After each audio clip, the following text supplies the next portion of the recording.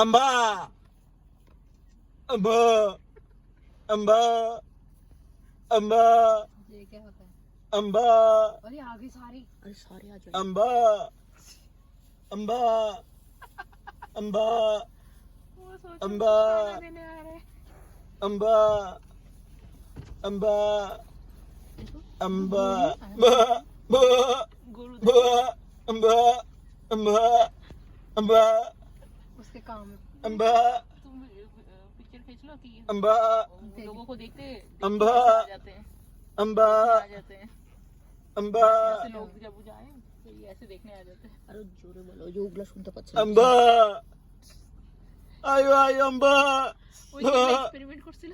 बा बा बा बा बा जो दूर है बा वो भी इधर आ रहा है। देखो जो दूर के आवाज से वो भी आ रहे हैं। अम्बा अम्बा अम्बा अम्बा अम्बा अम्बा आरन जुबार को बाखा दिखता है। अम्बा अम्बा अम्बा मेरे को धक्का दे रहा है। अम्बा अम्बा इनके कानों में क्या डाला है? हेडफोन हेडफोन ओ अच्छा।